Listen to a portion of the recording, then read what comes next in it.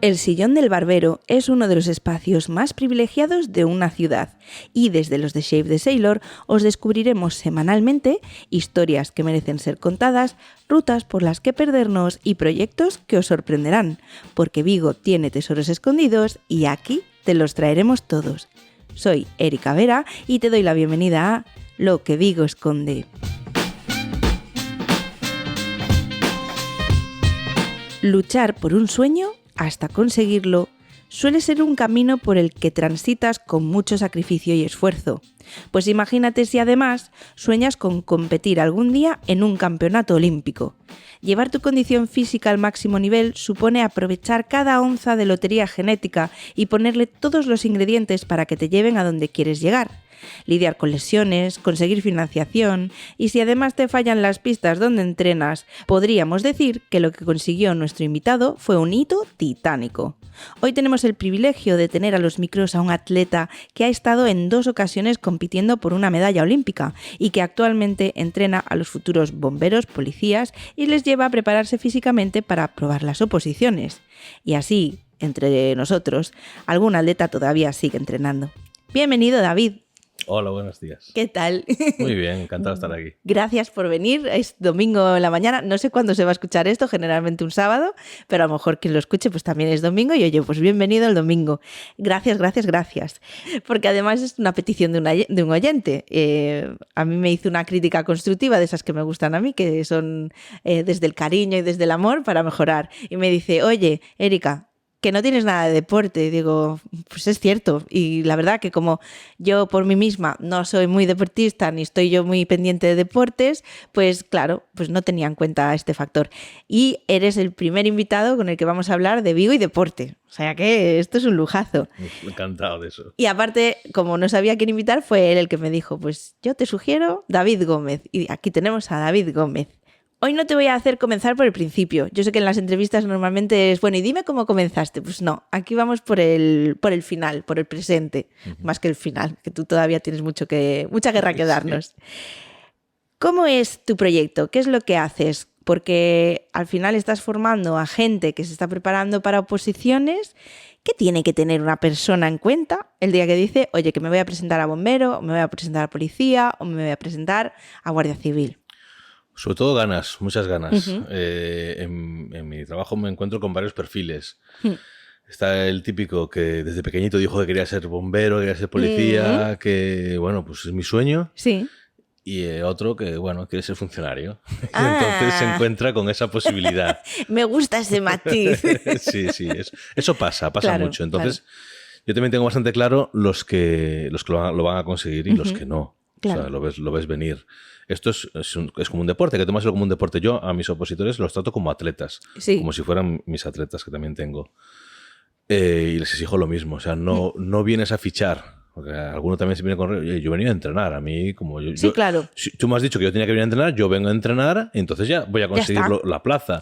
Digo, no, tienes que venir a entrenar, a esforzarte y a intentar cada día ser mejor que ayer.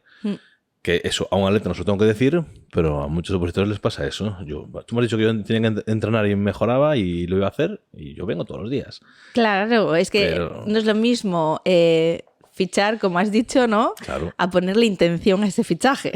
Claro. Es más, yo los trato tanto como atletas que incluso los animo. ¿Sí? No obligo, porque no puedo obligar a nadie, pero los animo a que compitan en atletismo. Porque para quitarse esos nervios, para que el día de la oposición, cuando te encuentres en una pista de atletismo con un juez, con unos protocolos, pues se te hagan normales. Que ya bueno, eso lo he hecho muchas veces, entonces ahora ya no me cuesta. Qué bueno, es un buen consejo, ¿eh? Porque es que pasa mucho que llega el día de la oposición, no han competido, gente que a lo mejor no ha hecho deporte en su vida, no ha competido en nada, y se ponen nerviosísimos. O sea, yo intento hacer siempre el mismo ritual de calentamiento, más o menos.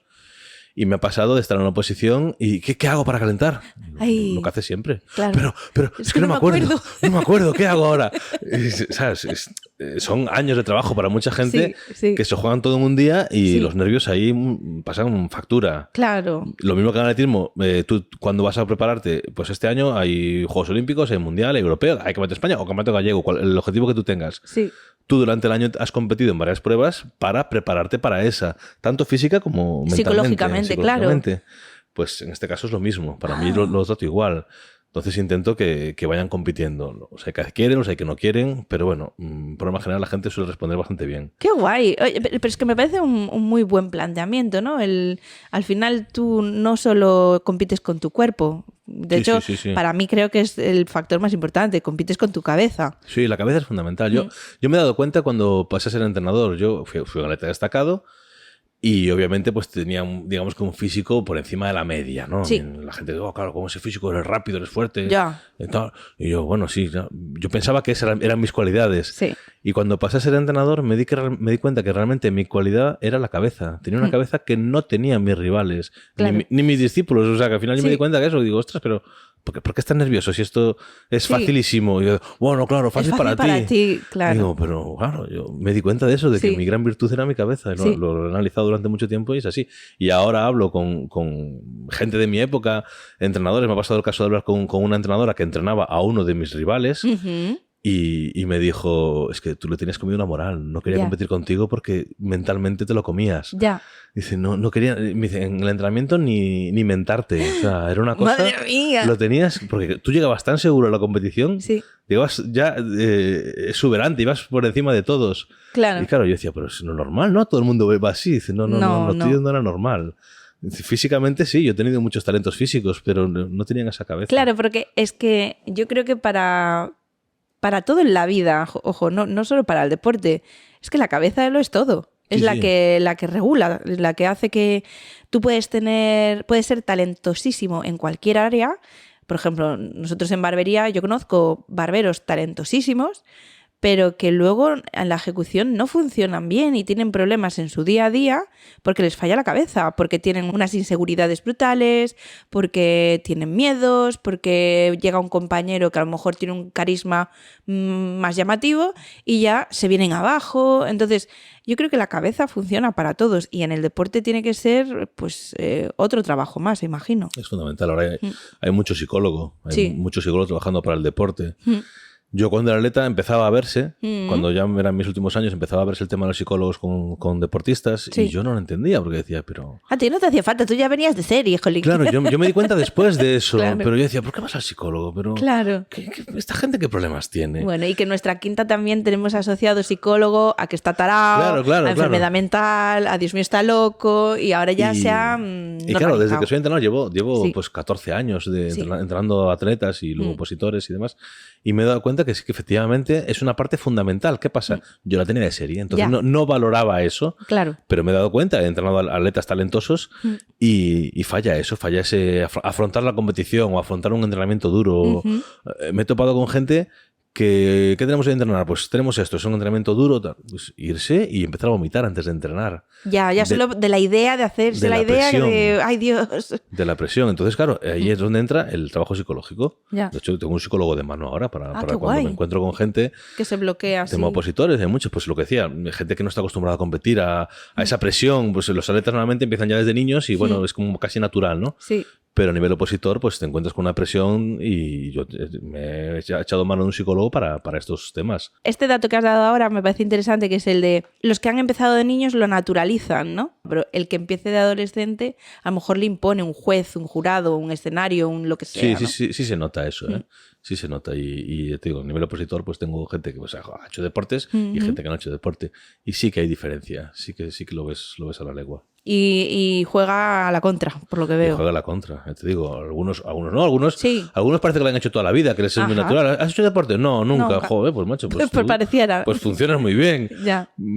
Pero otros que no, que se bloquean. Y lo mismo que te decía antes de competir en atletismo para que te des los nervios, yo les aconsejo siempre presentarse a todas las oposiciones que haya. Ya. A todo. ¿Por qué? Porque yo he estado en la puerta y sale el jurado allí y te dice, venga, a todos, DNI en la mano, certificado médico, y de repente escuchas alguna voz, ¡ostras! El certificado médico me lo dejé en casa, ¡ostras!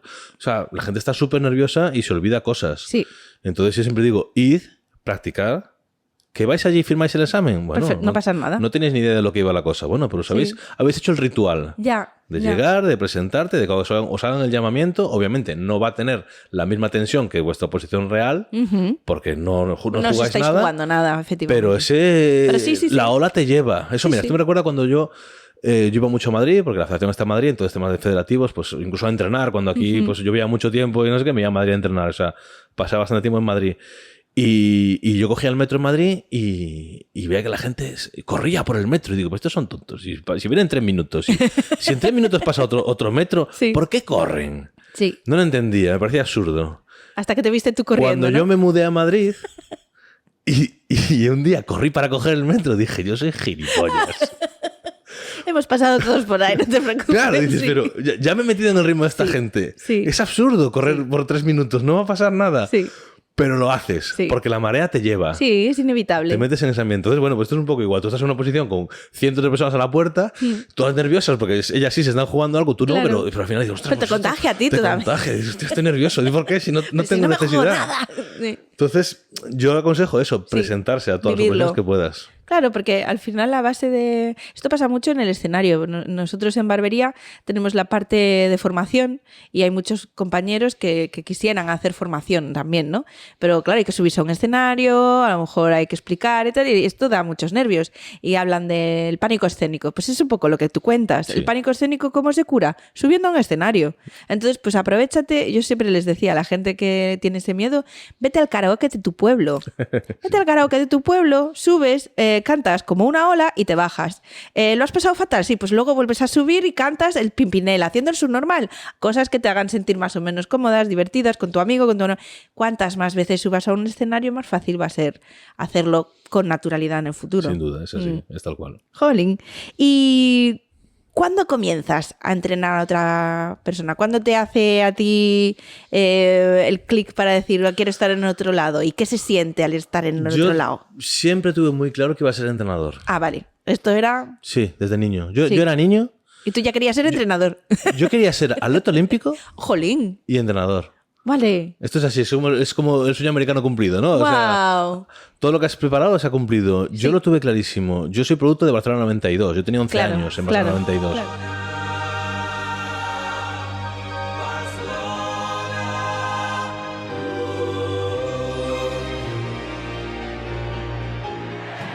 Entonces a mi Barcelona 92, aquello que venía el Colacao y te regalaba sudaderas de Kobe, camisetas y no sé qué, a mí me absorbió.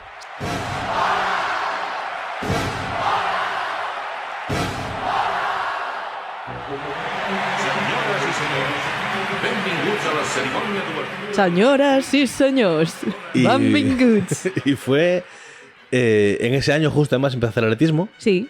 Ah, mira. Yo hacía balonmano. Yo soy de Rosal. En Rosal el balonmano es religión. Sí. Y empecé con 6 años en balonmano, pero en mi colegio tuve la gran suerte de que mi profesor de educación física, Félix Piñel, que todavía tengo muy buena relación con él. Hola, Félix. Le encantaba el atletismo, le encantaba el deporte, le encanta el deporte, pero sobre todo el atletismo. Y entonces pues nos fue metiendo un poco en el colegio por el tema del atletismo. Vale, os fue inoculando ahí el gusanito. Sí, y claro, justo en ese momento me coincidió con Barcelona 92. Claro. Y para mí aquello fue tremendo. Y se da la casualidad de que, bueno, lo que pasó, que Antonio Peñalver fue medallista olímpico plata en Decathlon. Sí. Y para mí, claro, era la máquina perfecta. Era un tío que corría, saltaba, lanzaba, todo lo hacía bien. Y yo dije, yo quiero ser así. Yo quiero ser como Antonio Peñalver. ¡Qué fuerte! Y fue el objetivo. Entonces, bueno, un dato curioso, un anexo que ahora, un inciso.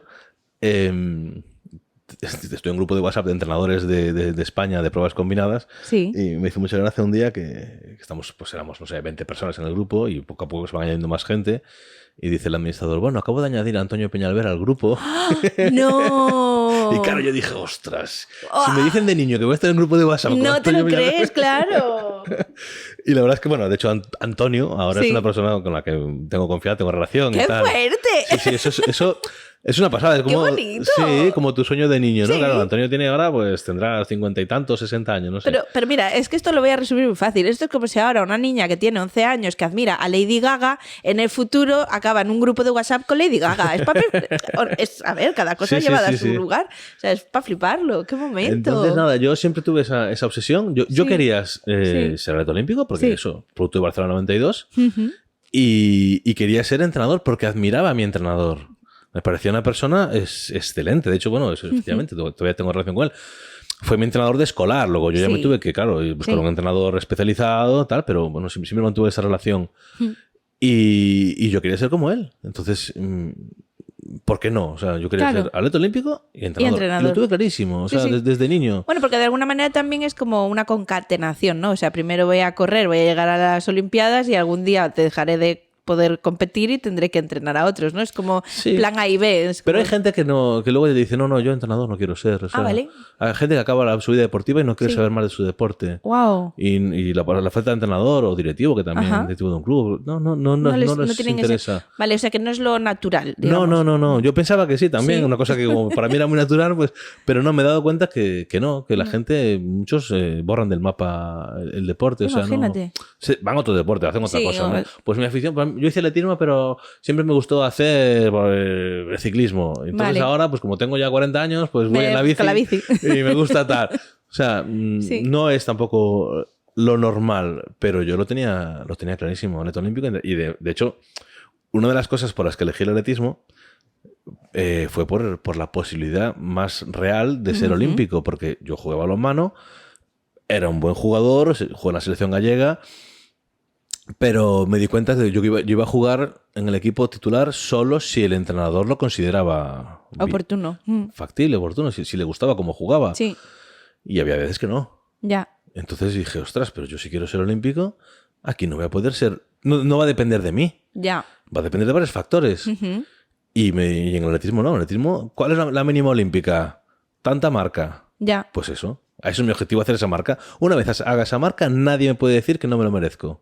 Wow, oye, que detrás de esta reflexión hay mucho para pensar, ¿eh? Sí, claro, no sé, es que lo vi muy claro, tenía 16 años y dije, vale, me encantaba el balonmano, pero dije, no, yo... Pero no depende de mí poder llegar a conseguir mi sueño. Porque yo jugaba en mi equipo, pues obviamente era el capitán, el que marcaba los goles, era el goleador de la liga, pero yo llegué a jugar a la selección y al entrenador pues no le gustaba cómo jugaba. No le apetecía. Yo creo que era más un tema personal, lo hice de adulto, yo siempre tuve mucho carácter y me enfrentaba a quien fuese. Puede ser. Eso en el grupo no funciona. Y me di cuenta que siendo goleador de la selección incluso iba a banquillo, me metía en el banquillo, yo no lo entendía. Y entonces me di cuenta de que no. De hecho, al año siguiente pues hubo varios clubes en aquel momento estaban en Asobal que me contactaron para jugar, para ficharme con ellos, para jugar en el segundo equipo en aquel momento con aspiraciones a la Liga Asobal. Yo cuando me acuerdo de decirles, no me interesa, voy a hacer atletismo. Pero ¿cómo vas a hacer atletismo? Si ahí no se gana dinero, si ahí eso es un deporte así. Y digo, ya, pero va a depender de mí, no de ti. Ya. Es que me gusta cómo juegas, ya, hoy, mañana no. Y mañana viene otro y te gusta más y ya, sí. Entonces yo dije, no, atletismo, que dependa de mí. Claro, porque de alguna forma esto que acabas de mencionar es más objetivo. O sea, es un tiempo, o es una medida, o es un... Entonces, es que me ha parecido muy revelador lo que has dicho. Si llego a esa medida, es objetivo. Nadie puede negarme si sí o si no. Claro. No depende del gusto, del placer, o de si tengo un carácter A o B o C. Ostras, da para reflexionar, ¿eh? Me has dejado ahí toda loca.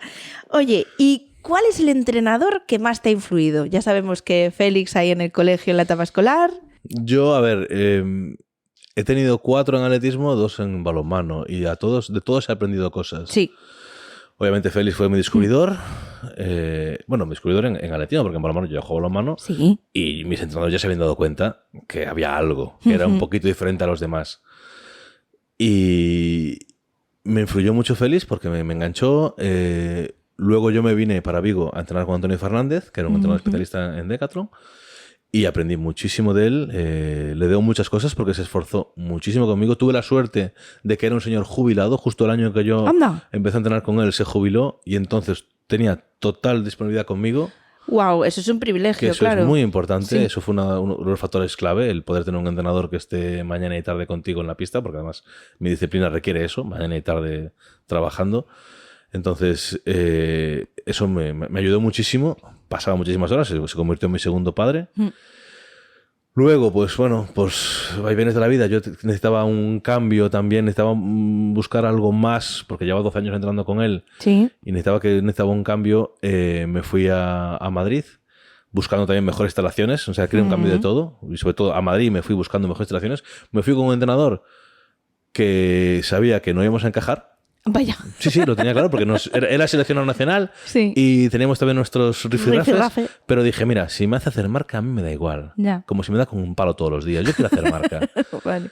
Me fui allí fatal, ni trato ni resultados. Los resultados fueron peores, me lesioné. O sea, yo fui con una lesión, me vine con 2, me vine operado de los Aquiles. Madre. Y bueno, yo me fui para allá después de mis segundos Juegos Olímpicos, intentando estar en los cuartos. Y al final 2 años que los tiré a la basura, que me vinieron muy bien para luego mi faceta de entrenador, porque yo con él aprendí a cómo tratar a los atletas y a cómo no tratarlos. Como te iba a decir, la lección más importante es la de cómo no tratar a los demás. Sí, o sea. Porque yo aquí con mi entrenador éramos un mano a mano, mi entrenador era él y yo. De hecho, cuando yo empecé con él pues tenía más atletas, pero luego digamos que lo fue dejando y se fue encargando de mí 100%. Y al final éramos mano a mano, él y yo.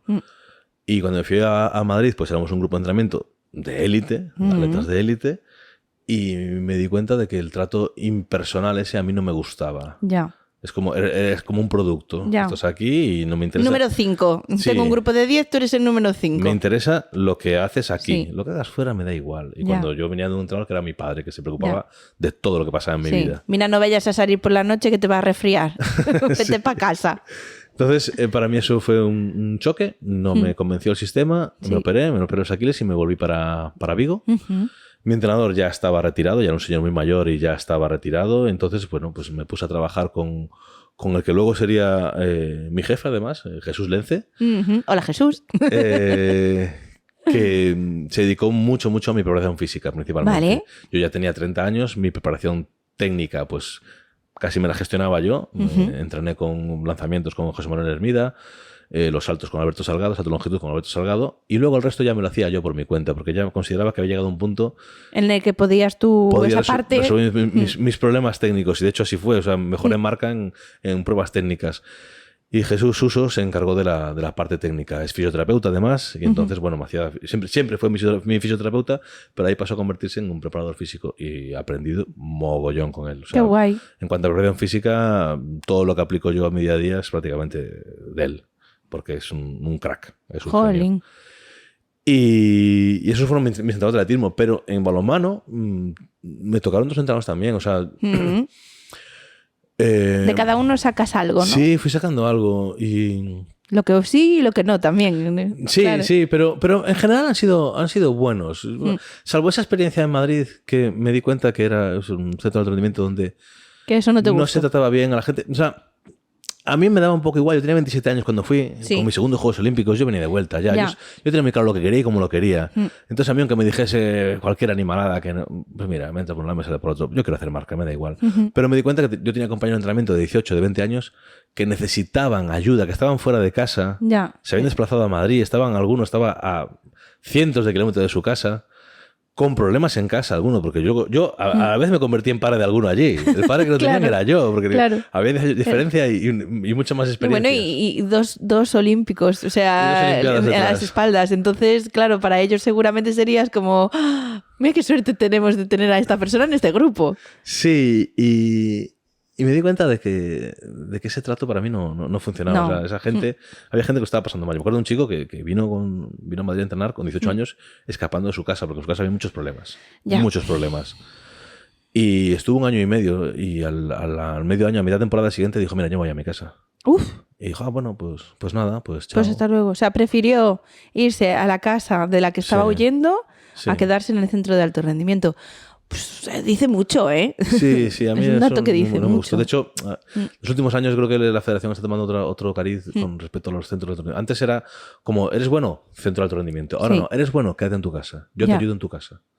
La federación ahora está intentando hacer núcleos de entrenamientos más dispersos para que la gente se quede en sus casas o lo más cerca de sus casas posible. Y me parece un acierto. Porque al final es añadir un factor psicológico a todo esto. Me refiero, no todo el mundo le sienta bien estar a 100 y pico kilómetros de su casa, o a lo mejor los problemas son en su casa y hay que tener un ojo más a lo que está pasando de verdad con este chaval y de qué manera podemos ayudarle de verdad, ¿no? Sí, sin duda. Y eso lo tienes en tu casa. Mi entrenador aquí, pues sí, claro. Nunca tuve problemas en casa. Tuve una vida feliz. Pero vamos, me ayudaba en todo. Estaba súper preocupado de todo. Y allí no. Allí les digo, es que eso es un privilegio. Sí, total. Y tuve esa suerte, pues que no existe el entrenador profesional prácticamente. Y tuve la suerte de que al ser jubilado, pues era profesional conmigo. Para ti. Claro que sí, jolín. Mira, ¿y qué se necesita? Aparte de todo lo que ya nos has contado, porque nos has contado un montón de cosas, pero para llegar a los Juegos Olímpicos en 2 ocasiones. Entiendo que en tu caso, como es el atletismo, marcarte esos tiempos o esas metas en datos, ¿no? ¿Dónde está el récord? Aquí, perfecto, pues a por el récord, pum, pum, pum, pum, pum. Pero claro, gente que pueda estar escuchándonos de Vigo, gente joven, que algún día haya soñado también con irse a los Juegos Olímpicos y lo vea como imposible, porque estamos en una ciudad no muy grande, donde de atletismo tenemos unas pistas nada bien cuidadas, y le estén diciendo que eso es imposible. Tú, como ese niño que se enamoró en los 90 de las Olimpiadas y lo consiguió, ¿qué le dirías? A ver, aquí siempre queda muy bien el tema ese de esfuérzate y lo conseguirás. Sí, sí. Eso es mentira. Vale, gracias. Quería que lo dijeras. Claro, porque me ha pasado eso, ¿no? Sí. Me he encontrado con atletas. Mira, me encontré hace años con una chica que vino porque empezó a hacer atletismo. O sea, era muy buena estudiante, había conseguido una beca para estudiar en el high school en Estados Unidos. Nunca había hecho deporte en su vida y en el high school, allí es obligatorio el deporte. Sí. Cada trimestre un deporte. Había hecho natación, natación, voleibol y atletismo. Vale. Y le había encantado el atletismo. Entonces, cuando vino del high school, vino para hacer aquí segundo de bachiller, habló conmigo. Me vino los padres. Mira, queremos que nuestra hija, me contó la historia, que entrene contigo y tal. Y yo ya me quedé así, dije, ¿pero por qué queréis que entrene conmigo? ¿Porque queréis que atletismo o porque soy David Gómez y queréis que sea olímpico como yo? Hombre, bueno, pues que sea olímpica. Digo, mira, no lo va a ser. ¿Cómo no? Si no la has visto funcionar. Digo, ya, pero es que no podéis venir con esa idea. Ya. Si a la niña le gusta hacer atletismo, que venga a hacer atletismo, que disfrute. Yo no tengo ningún problema. Yo no entreno campeones, entreno gente que quiera entrenar. Ya. No, pero es que si no vale para esto, Ay. todo el mundo vale para esto. Ya. Hay que querer. Bueno, es que es un poco el tema. No les diste la respuesta que estaban buscando. No, exactamente. Traerla, yo os la transformaré en olímpica. Y esta niña sí tenía el tema ese de si me esfuerzo lo conseguiré. Porque toda su vida había sido así. Era muy buena estudiante a base de esfuerzo. Sí. Y todo lo había conseguido esforzándose. Y me vino con ese tema. Entonces, me acuerdo el primer día que vamos a entrenar y yo tengo la costumbre, pues en septiembre nos gusta mucho, quedamos en la pista, vamos corriendo por el Paseo de Lagares hasta Samil. Ah, es que tenemos esa suerte. Sí.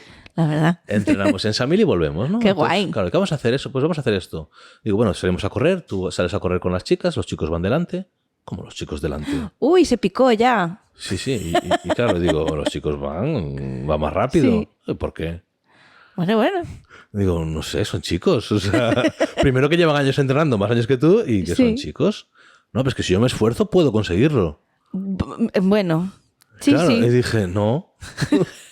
Y claro, las otras chicas me miraban como diciendo, ¿pero esta? Yo ya estaba retirándome ahí, ya fue ese año que empezó un poco pesando tal. Entonces yo iba a correr con las chicas, yo me iba a ir a correr tranquilamente. Y le dije, pues nada, vete con ellos. Corre. Y claro, se le ponemos a correr y a mitad de camino me la encuentro andando. Y digo, ¿qué? Reventó. Claro, pues no pude. Pero es que al segundo día lo hizo otra vez. Ya. Y al tercero lo intentó otra vez. Y luego fue cuando se dio cuenta, pues igual no. Ya, pero claro, es que aquí hay una línea muy fina en la que ¿en qué momento paras de... O sea, ¿en qué momento te das cuenta de que es imposible? O quizás sí, si sigues esforzándote, consigues... Pero es que no todo el mundo vale para todo tampoco. ¿Cómo se sabe? Claro, es que... Y esta chica acabó siendo una buena atleta, ¿eh? Sí. Era buena. El caso es que al final resultó que era una buena atleta, pero claro, hasta cierto nivel. A cierto nivel. Llegó a ser medallista nacional. Bien, muy bien, ole. Pero de ahí a ser olímpico hay unos escalones más. Sí. Entonces, a lo mejor también, si tu objetivo es ser olímpico, pues no podrás ser a lo mejor en atletismo o en fútbol o en balonmano o lo que sea. O sea, tendrás que buscar tu lugar. Donde están todas tus capacidades que puedas llevar al máximo. Ser olímpico, yo lo tenía muy claro de niño, pero claro, entiendo que también es muy frustrante si no se consigue. Obvio. Yo lo conseguí, claro.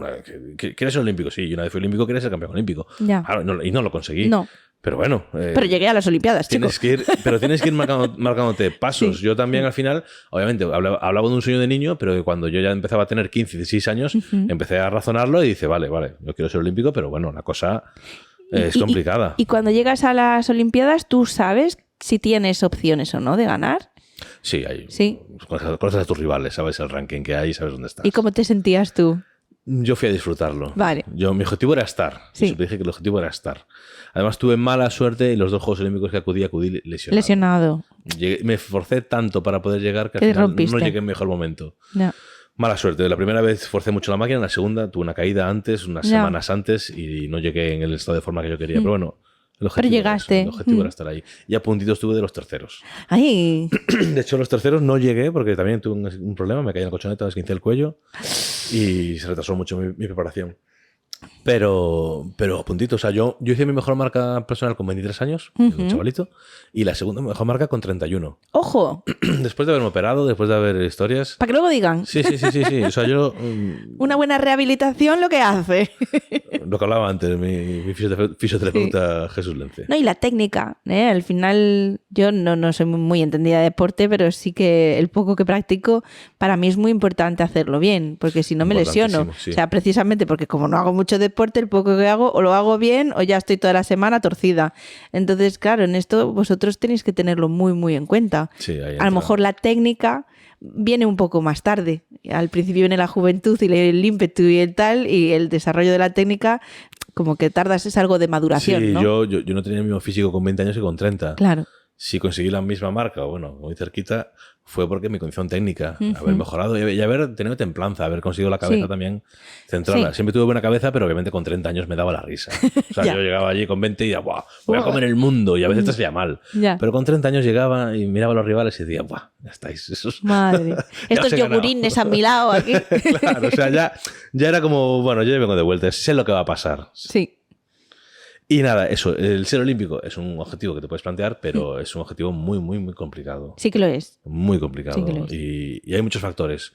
El que tú tengas una buena condición física, el que tú tengas una buena cabeza, el que tú tengas muchísimas ganas de trabajar, que es lo fundamental.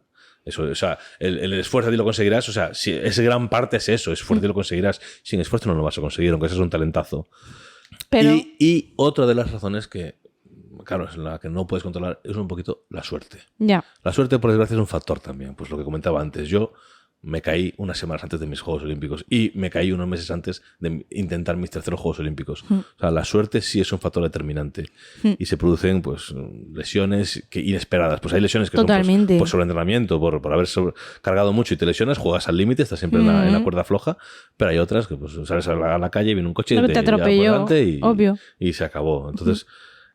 por desgracia, la suerte es un factor determinante también. Es que, de hecho, este tema es muy interesante. Yo lo he reflexionado muchas veces y yo soy de la base de que lo que no existe la buena suerte. La buena suerte no existe. Esto es fruto del trabajo, del esfuerzo y demás. Pero sí existe la mala suerte. Es esa que no llamas. ¿Me entiendes? O sea, buena suerte. A ver, sí, claro, te puede coincidir que venga alguien, te vea, te descubra y no sé qué, como en las películas de Hollywood. Bueno, vale. Pero hasta para eso tienes que estar trabajando. O sea, que la suerte te pille trabajando. No te van a llamar a casa. No. Entonces, lo que sí soy una creyente, pero a tope, es de la mala suerte. Porque de repente tú escuchas las historias de las personas, pues mira, justo antes de presentarme a tal, pumba, me lesiono. ¡Qué putada! Pasa mucho. Claro que pasa. Entonces, para mí la buena suerte es el fruto del trabajo y no va a ocurrir nada bueno si no curras, si no te esfuerzas, si no haces un trabajo contigo mismo, pero hay que tener también la templanza para cuando ocurre algo malo que ha venido sin que nadie le haya llamado, ha venido porque le ha tocado venir, sepas también reconducirte. Porque entiendo que no fue fácil para ti verte con un esguince previo a... Sí, a mí se me complicó mucho porque llevo toda la vida trabajando para esto y justo en este momento voy a ser olímpico, pero no de la forma que yo quería serlo. No. Entonces, bueno, te resignas, pero... Y de alguna manera queda ahí, ¿no? La cosa de, si hubiera estado bien, lo que hubieran flipado. Sí, te quedas ahí con ese tema, pero bueno. Realmente para mí el premio era estar y entonces ya... Bueno, de nuevo tu cabeciña. Sí. Y que luego acaba eso y dices, para la próxima. A la próxima voy. Porque son cada 4 años, entiendo. Tienes 4 años para volverte a preparar. Sí. Y son enfocados a eso. O sea, realmente yo he sido olímpico porque mi mentalidad también, yo me daba cuenta que los Juegos Olímpicos era totalmente diferente al resto de los años. Vale. Yo tenía otra mentalidad, otra manera de enfocar las cosas. ¿Sí? Sí, me daba cuenta que era diferente. Estamos en año olímpico, yo ya me he puesto olímpico. Tan sencillo como que, claro, la gente me recuerda por eso. Hostia, has estado en los Juegos Olímpicos y tal. Sí. Pero no he estado en ningún mundial ni un europeo. Anda. Vale. Solo he estado en los Juegos Olímpicos. O sea, ¿era tu objetivo 100%? Era mi objetivo. Mi entrenador me decía, bueno, vamos a preparar juegos porque es lo que nos interesa, pero durante los demás años, o sea... Preséntate, hombre. Al año siguiente de los Juegos Olímpicos hay un mundial y luego un europeo. Tal. Yo nunca fui capaz de clasificarme para esas cosas. ¡Ostras! Pero sí para los Juegos Olímpicos, que era más duro la clasificación. Pero estoy alucinando. Hay otro factor a tener en cuenta, Venga, que siempre lo cuento, y ahí puedes coger el almanaque y buscarlo. Sí. Año 2000, 2004 y 2008 fueron los inviernos más secos que hubo. Ah. Y en unas instalaciones como Balaídos, Ajá. a mí me benefició mucho tener buen clima. Esta la tenía aquí guardada, venía ahora, ¿eh?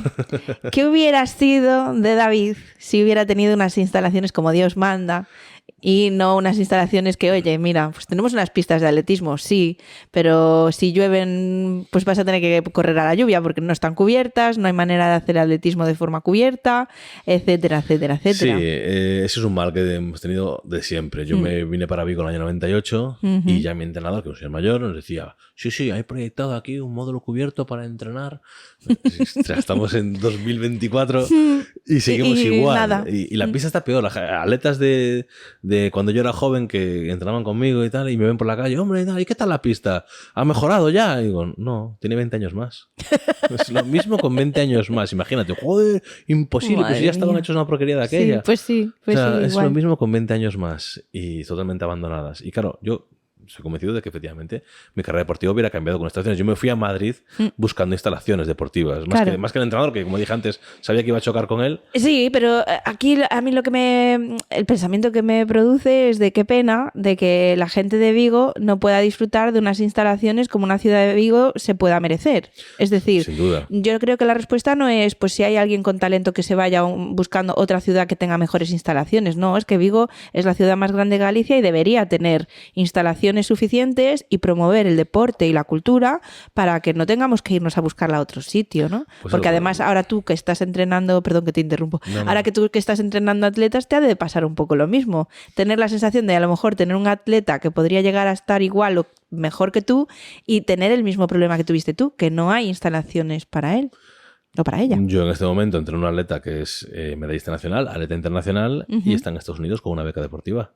Vale. Claro, me dijo hace 2 años, mira, que me han llamado de la universidad de no sé cuántos. Sí. Digo, vale, ¿qué vas a hacer? No sé. Digo, lárgate. Pírate, claro. Lárgate, no te quedes te aquí vas con nunca. beca para allí. Dices que, no, claro, me voy de tal. Vete, Ya. Vete porque aquí no hay nada que hacer, aquí estás muerta. Me ha pasado también esto, en el grupo de WhatsApp que comentaba antes con entrenadores, a veces discutimos el tema de, es que se me ha ido la atleta a Estados Unidos. Ya. Y tenemos un entrenador del grupo que trabajó en Estados Unidos y allá atrás, cuando fue este caso de mi atleta, de Carlota Salgado, que se iba, y dice, bueno, no todo es solo lo que reluce en Estados Unidos. Hombre, obviamente. Y digo, ya, pero tú entrenas en Madrid. Claro.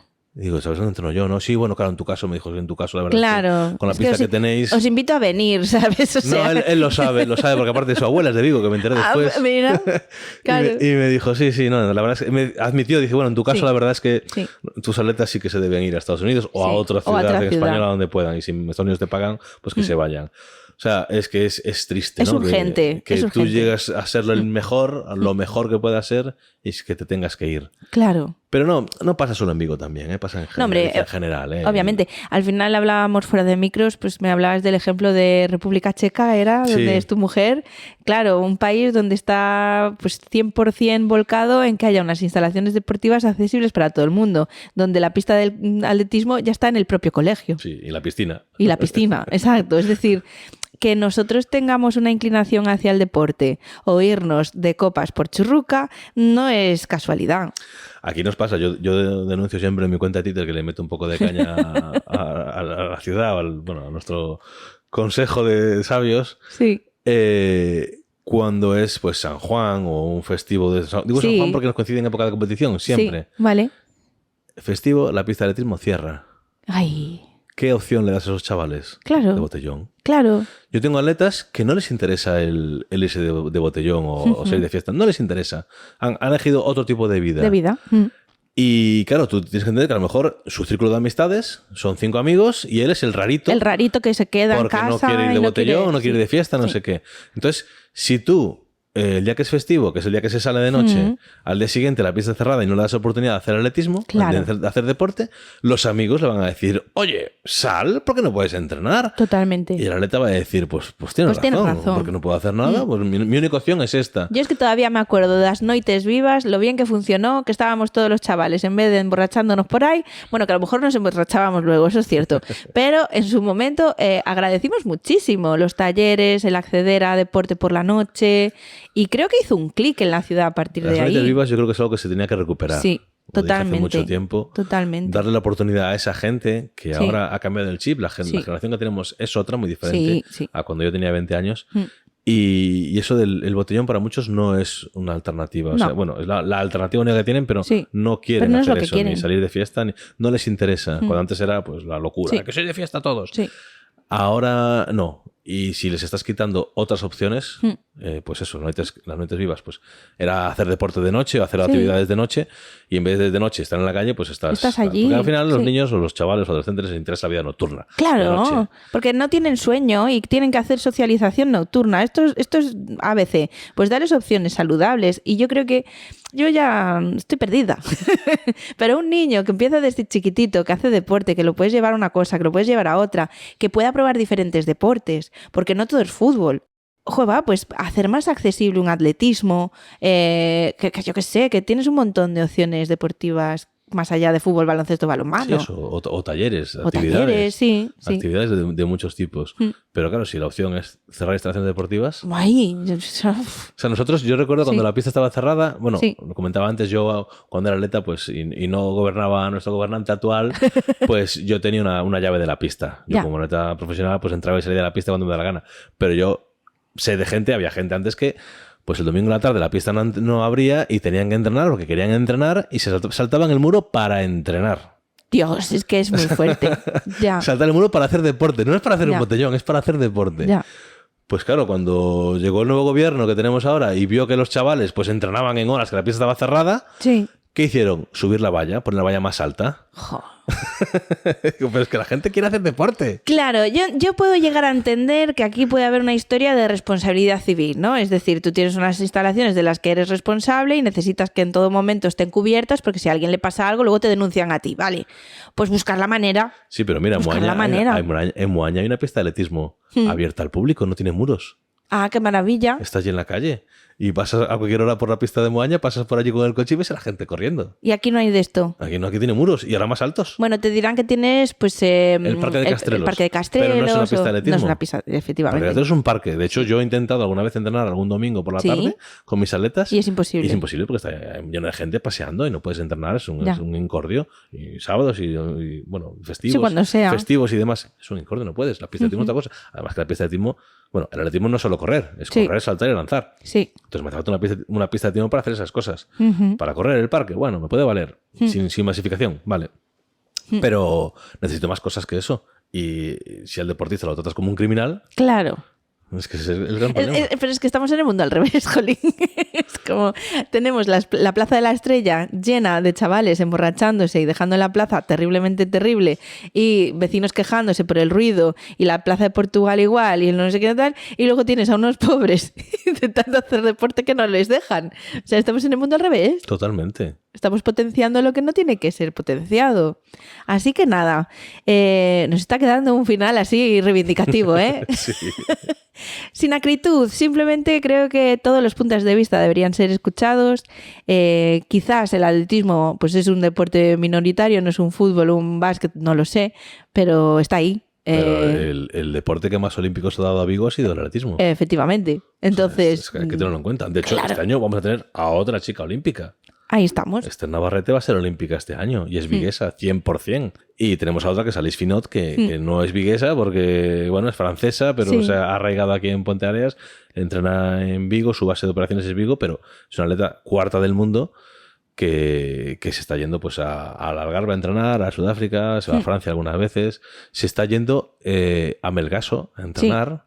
Porque aquí no tiene posibilidad para... En su día a día, o sea, su base de operaciones realmente no está en Vigo. Su entrenador está en Vigo, su grupo está en Vigo, pero ella casi pueden... En Vigo entrena muy poquito. Pues... Y se va a Melgaso, que ya ves tú, nos queda 40 minutos. Y en Melgaso, cuando llegó por allí y la vieron, y bueno, quiero usar la pieza, tal, vale, sí. Y la vieron correr y dijeron, pero tú no eres una atleta normal, ¿no? Dijo, no, yo soy en aquel momento subcampeona de Europa. Ah, ven cuando quieras. Claro. La pista es para ti. Claro. Y aquí en Vigo la echan. No le dejan usar la calle 1, no le dejan meter una bicicleta para marcar el ritmo, algo que es totalmente normal en entrenamientos. No. Todo es no. Entonces, y en Melgaso dijeron, ostras, pero sí, qué lujo tener aquí una tía que es subcampeona de Europa, cuarta del mundo ahora. Oh, maravilla, vente cuando quieras. Tú y tu grupo de entrenamiento, además. Vente cuando creas. Lo que en cualquier otro escenario sería motivo de orgullo de llevarte a esta atleta a todos los colegios para que la conozcan, para que inspiren a los niños y demás, aquí se la echa. Pues es que es para tomar nota. ¿Qué quieres que te diga? Sí, pero no, la nota yo la tengo muy tomada, pero el que tiene que tomarla no la toma.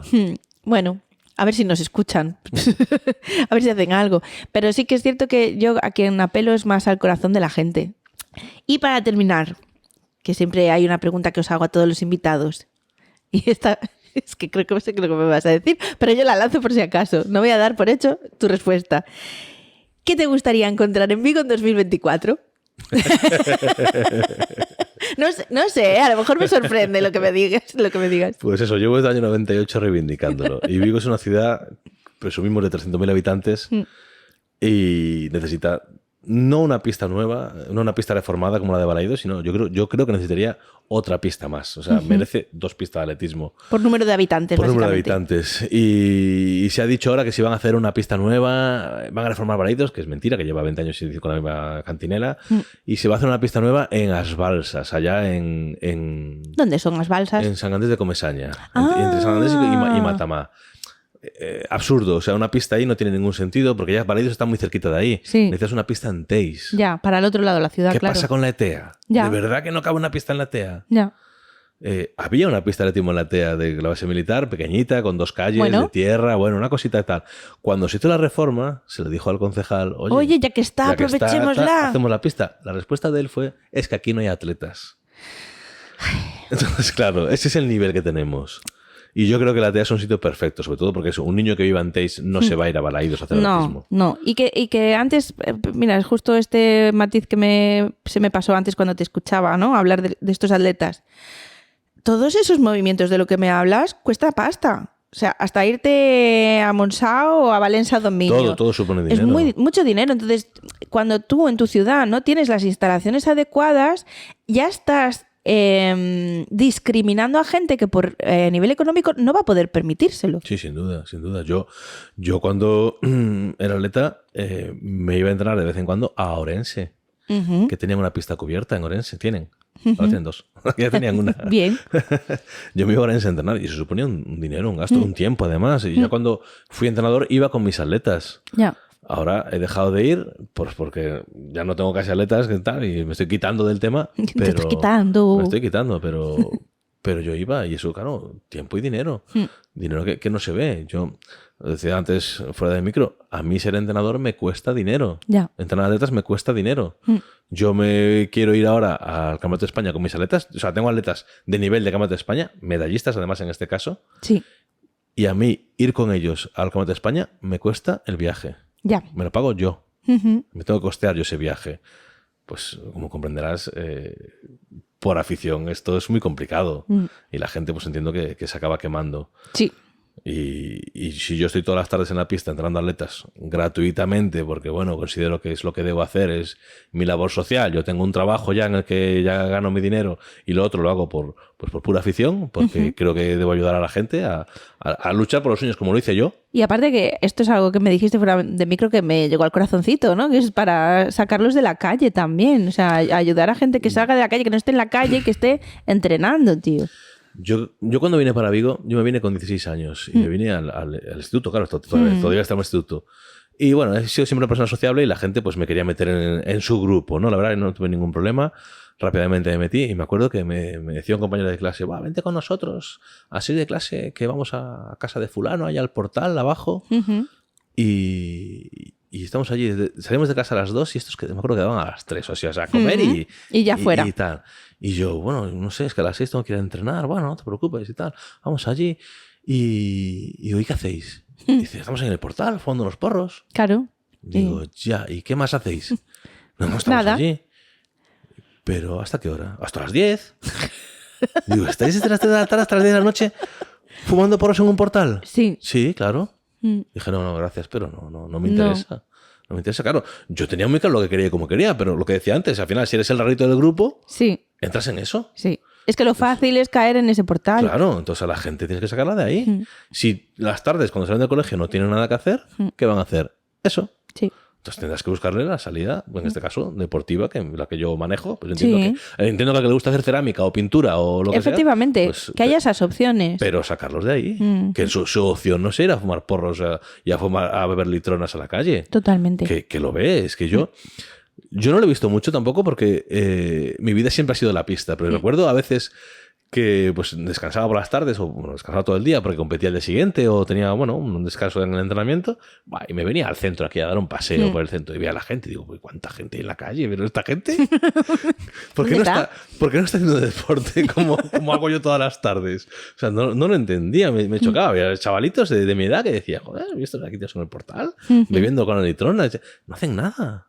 O sea, no, y su futuro va a ser ese. Entonces, yo creo que, dentro de mis posibilidades, no tengo muchos atletas, pero lo intento, claro. El problema es que cuando yo a mí esa labor social no es que me genere beneficios, sino que me genera gasto. Totalmente. Entonces ya, hombre, pues un poco me empieza a molestar. Y que luego también aquí hay que hacer un matiz importante que te lo rescato porque me pareció súper interesante, que es que se tienen que comprometer. No tienen por qué ser buenos atletas, pero se tienen que comprometer. Lo tengo claro. Yo sí es cierto que me gusta el atletismo de élite, es lo que yo he hecho. Y me gusta no tanto el tema de que sea un atleta bueno, que destaque, le gusta a todo el mundo, pero yo lo que le pido a mis atletas es el compromiso. No que tú llegues a ser bueno. Es que si no soy bueno no puedo entrenar contigo. No, ese no es el tema. No vas a entrenar conmigo si no vienes a entrenar. Si tú empiezas a fallar en entrenamientos, yo entiendo que me digas, oye, pues es que tengo que estudiar. Correcto, vale, no vengas. Que aún así, esto sería debatible, el tema de organizarse y demás. Sí. Pero bueno, yo no voy a entrar en ese tema. Pero no tengo que estudiar, o tengo que hoy pues no puedo ir porque tengo que ir con mis padres a no sé dónde. Sí. Vale, o sea... Algo justificadísimo. Algo justificado, pero no, claro, no. ¿Y por qué no viste ayer? Porque me apeteció. No, entonces no me vale. O que vengas a medio gas, que vengas a pasar la tarde. No, yo para eso no. Yo ahí considero que, sí que hay otro tipo de perfil de entrenador que a lo mejor sí que se dedica más a eso. Normalmente remunerados, porque claro, para aguantar una persona que tampoco quiere venir, pues... Hombre, me pasa con los profesores. Es una academia de adolescentes al final. Me pasa con los profesores. ¿Pero entrenas adolescentes? Y digo, sí. Qué pesadilla. Yo es que no los soporto. Es que están en clase insoportables. Y digo, ya. Claro. Pero es que en clase no quieren estar. Ya. Aquí sí. Entonces, yo solo me quedo con los que quieren estar aquí. Claro, el concepto es muy diferente. Entreno a gente que quiere estar allí. Entonces son encantadores. Con sus historias, obviamente. Obvio. Que tienes que aguantarlas. Pero no es como el colegio, que no quieren estar. Y entonces pues te montan un lío. Si tienes 20 alumnos y 5 no quieren estar... No, ya está. Ya se acabó la clase. Sí. Entonces, claro, no es el mismo concepto. No. Y lo que digo, el atletismo no es todo. Tienes deportes, actividades, lo que quieras. Oye, pues el atletismo no me gusta porque me mojo. Porque correr o lanzar o saltar, pues no me gusta. No, obvio. Pero... Pues te vas a hacer pintura. Sí, búscate una actividad. Lo que sea, pero no estés en la calle. Es como... Tienes que dar oportunidades. Mira, siempre lo digo, agradezco mucho a mis padres. A mis padres no les gusta el deporte. ¿No? Nada, ni mi padre ve el fútbol, ni le interesa, no es el típico. Nada. Nunca ningún deporte. Pero tuvieron claro, haz deporte. Ya. Era niño, empecé con 6 años en balonmano, que lo dije antes. En el balonmano te puedes apuntar este año con 6 años. Y decía, no sé ni lo que era, claro. Yo fui porque iban mis amigos. Sí. Y a mis amigos dije, bueno, pues venga, voy a balonmano. Pero mis padres lo tuvieron clarísimo siempre. Y aparte siempre me apoyaron. Mi padre era el tema de, hay que llevarte, te llevo. Mi madre un poco más se entendió más de ese tema. Pero mi padre era, hay que llevarte, te llevo. Mi padre, balonmano, lo que decía antes, capitán del equipo, tu hijo capitán del equipo, se sentaba en la grada. Estaba así, callado, la gente, pero tu hijo no lo animas y tal. Bueno, no sé, lo hace bien. Sí, pues ya está. ¿Qué sé yo?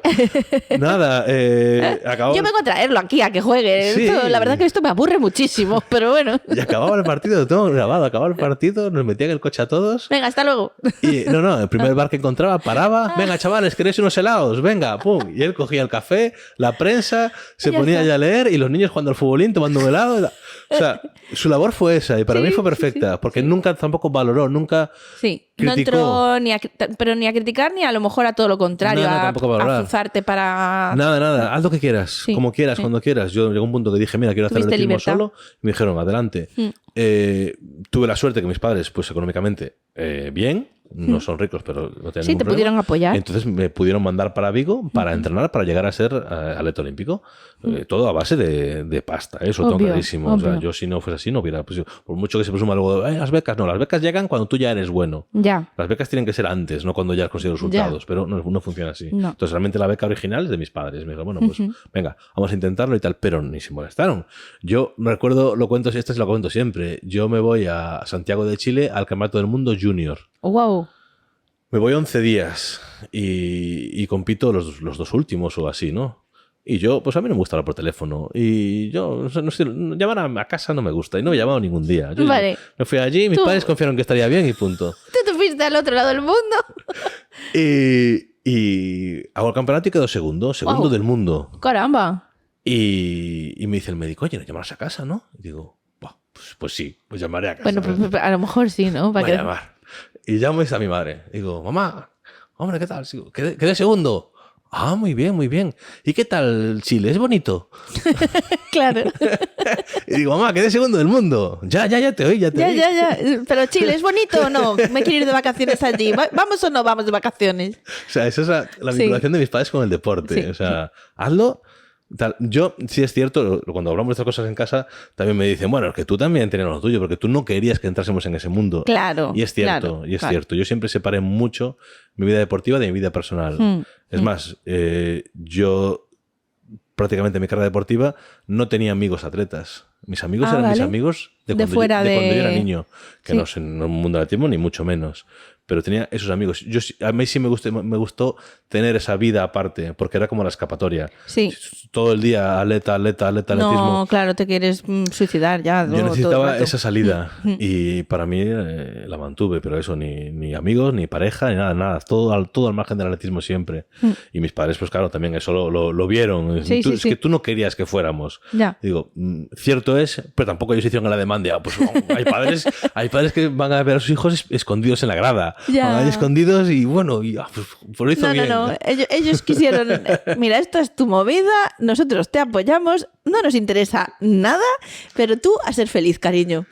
Pero digo, lo agradezco porque me valió permitió para expresarme yo mismo. Sí. No tener una coacción ni cohibirte. Ves padres que están encima de los niños y fallaste aquí, ya que no lo hiciste bien y no sé qué. Que no eres entrenador, eres padre. Sí, y eso yo lo veo que eso suele fracasar. Cuando el padre viene así... Hay una confusión de roles. Esto en cualquier cosa, o sea, en una pareja, si alguno de los dos de la pareja hace de padre o madre, hay una confusión de roles, eso no va a ir bien. Si en una pareja, si en una relación padre-hijo el padre empieza a ser entrenador, eso no va a ir bien, porque el padre es padre, no es entrenador, para eso hay el entrenador. Entonces tiene que estar todo muy en su sitio, que no se confundan roles, porque si no suele abocar a un fracaso absoluto. Es muy complicado.